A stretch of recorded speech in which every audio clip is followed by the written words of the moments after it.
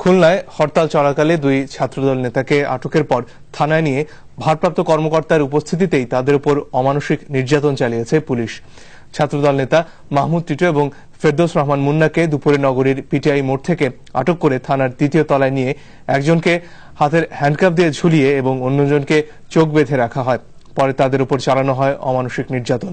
খবর পেয়ে বিভিন্ন গণমাধ্যমের কর্মীরা ঘটনাস্থলে গেলে তাদের দ্রুত সরিয়ে দেয় পুলিশ।